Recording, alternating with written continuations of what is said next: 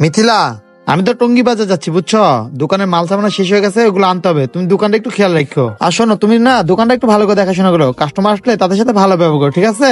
আচ্ছা ঠিক আছে, আমি গেলাম। আচ্ছা ম্যাডাম, ওই লোকটা কে ছিল আপনার? ও তো আমার হাজবেন্ড ছিল। কেন ভাইয়া ওর কথা জিজ্ঞেস কি করতেছেন? ব্যাপার মিথিলা, ওই লোকটার সাথে কি বলতেছ? তাহলে এই দোকান কার? এই শরবতের দোকান আমাদের, আমরা দুজন মিলে চালাই। আচ্ছা, তোমাদের দুজনের লাভ ম্যারেজ নাকি অ্যারেঞ্জ ম্যারেজ? আমাদের অ্যারেঞ্জ ম্যারেজ। ও, তাই তো আমি ভাবি এত সুন্দর একটা স্মার্ট মেয়ে এই 2 টাকার শরবতওয়ালার কাছে আসলো কিভাবে? এরকম একটা খ্যাত গাইয়ারে আপনি বিয়ে করলেন কিভাবে? আপনি এসব কি বলতেছেন?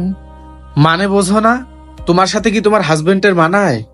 কোথায় আকাশ আর কোথায় পাতাল। এত সুন্দর একটা চেহারায় কি সব ড্রেস আপ পরছো তুমি। দেখো, তোমাকে তো এসব ড্রেস আপে মানায় না। বুঝতে পারছি, তুমি তোমার হাজবেন্ডের ভয়ে এসব পরছো। আরে, তোমাকে তো আরো হট ড্রেস আপ পরার কথা ছিল। আর হট ড্রেস আপ পরলে তোমাকে হেভি সেক্সি লাগবে। দেখো, তোমার সাথে এসব যায় না। আর তুমি কোথায় শরবতওয়ালাকে বিয়ে করে শরবতওয়ালি হয়ে গেছো। এখনো সময় আছে, ওকে ছেড়ে দাও, তা না হলে পরে আফসোস করবে। আসলে আপনি যা ভাবতেছেন তা না। আসলে এখানে আমার হাজবেন্ড আসতেই দেয় না। দেখ, এটাকে তুমি জীবন বলো? এটা তো জীবন না, ও তো তোমাকে বন্দি করে রাখছে। তুমি এত সুন্দর একটা মেয়ে, কোথায় লাইফ এনজয় করবা তা না করে ও তোমাকে দিয়ে 2 টাকার শরবত বিক্রি করাইতেছে। আর তুমি আমাকে দেখো, বন্ধু বান্ধব নিয়ে ক্লাব, বার, বড় বড় রেস্টুরেন্টে আমি আনন্দ ফুর্তি করি। আর তুমি তোমার দিকে দেখো, সেই সকালে এসে সারাদিন শরবত বিক্রি করো, আবার পরের দিন এসে সেই একই কাজই করো। এটা কোনো লাইফ হলো? দেখো, এটাকে জীবন বলে না। আর তুমি তোমার সেই গাইয়া জামার জন্য নিজের জীবনটাকে স্যাক্রিফাইস করতেছো। ওর সাথে কি তোমার যায়? গাইয়া খ্যাত একটা। আর তুমি আমাকে দেখো, আমি কত সুন্দর লাইফ এনজয় করি, মাসে লক্ষ লক্ষ টাকা ইনকাম করি। আর তুমি এখানে দাঁড়ায় সারাদিন শরবত বিক্রি করো। ঠিক আছে, আমি আপনার কথা বুঝতে পারতাছি। এমন তো নয় যে যেটা আপনার পছন্দ সেটা আমার পছন্দ হবে। পৃথিবীতে অনেক মানুষ আছে যাদের পার্টি করতে পছন্দ হয়, কিন্তু আমি ওদের মতো বাঁচতে চাই না। আমি যেমন আছি আলহামদুলিল্লাহ, আমি ভালো আছি। আমি আমার মতো থাকতে চাই। আর আমার স্বামীকে আমি অনেক ভালোবাসি, আর আমি ওনাকে অনেক সম্মান করি। আমি ওনার সাথে অনেক ভালো আছি, হ্যাপি আছি। আচ্ছা ঠিক আছে, তুমি দাঁড়াও। এই নাও, এখানে কিছু টাকা আছে, আর এটা আমার ভিজিটিং কার্ড। যখনই প্রয়োজন হবে তুমি আমাকে কল দিবা। এই নেন আপনার টাকা, এসব আমার দরকার নেই। আর আপনি যে চকলেট খেয়েছেন, এই চকলেটের দাম দিয়ে আপনি চলে যান এখান থেকে। আরে রাখো, এগুলো তোমার কাছে, যে কোনো সময় তোমার কাজে লাগতে পারে। আপনার টাকা আমার লাগবে না, আপনার টাকা আপনার কাছে রেখে দেন, আর আপনার কার্ডটাও নিয়ে যান।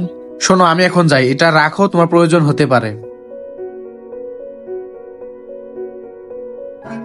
দেখ, হুদে এসে আমার সময় নষ্ট করতে। মিথিলার কথা শুনে আমার খুব ভালো লাগলো। কি ব্যাপার, তুমি বাজারে যাও নাই? না মিথিলা, আমি যাই নাই। আচ্ছা মিথিলা, সত্য করে বলো তো, তুমি কি আমার সাথে হ্যাপি আছো? কি বলো, কেন আমি হ্যাপি থাকবো না? আমি আপনাকে অনেক ভালোবাসি, আর আমি আপনার সাথে অনেক সুখে আছি। কিন্তু মিথিলা, আমার তো বিশ্বাস হচ্ছে না। আমার মনে হচ্ছে তুমি আমার ভয়ে আমার সাথে সংসার করতেছো। আমাকে ভয়ের কারণে তুমি তোমার লাইফটা সুন্দর করে এনজয় করতে পারতেছো না। আমি তো তোমাকে বলছিলাম এই দোকানে তোমাকে আসতে হবে না, আমি একাই দোকান সামলিয়ে নেবো। তুমি বাসায় থেকে তোমার জ্যাম নিচ্ছা, তুমি অমনে চলো, তোমাকে কেউ বাধা দেবে না। আর ভাই দেবে, তুমি এমন কিছু করো না যেখানে আমার মান সম্মানের ক্ষতি হতে পারে, তোমার মান সম্মানের ক্ষতি হতে পারে। বুঝতে পারছো আমার কথা? মিথিলা, তোমার যেভাবে ভালো লাগে তুমি সেভাবে তোমার লাইফটাকে এনজয় করতে পারো। নয়ন, তুমি আমাকে বিশ্বাস করো না? আমি আমার থেকে বেশি তোমাকে বিশ্বাস করি। তো আমি তোমার সঙ্গে অনেক সুখে আছি। তুমি এখন বাজারে যাও, আর দোকানে অনেক মাল সাবানা লাগবে, আর বিকালে অনেক কাস্টমার আসবে। দাঁড়ায় আছো কেন? যাও। ভিডিওটি আপুদের জন্য। কিছু কিছু ছেলে আছে, দেখবা তোমাকে টাকা পয়সার লোভ দেখিয়ে তোমাকে পটানোর চেষ্টা করবে, তোমার সংসারে অশান্তি সৃষ্টি করবে। কিছুদিন পর আবার সেই তোমাকে ধোকা দিয়ে চলে যাবে। আর এসব ছেলেদের ফাঁদে ভুলেও পড়ো না, তাহলে তোমার জীবন শেষ।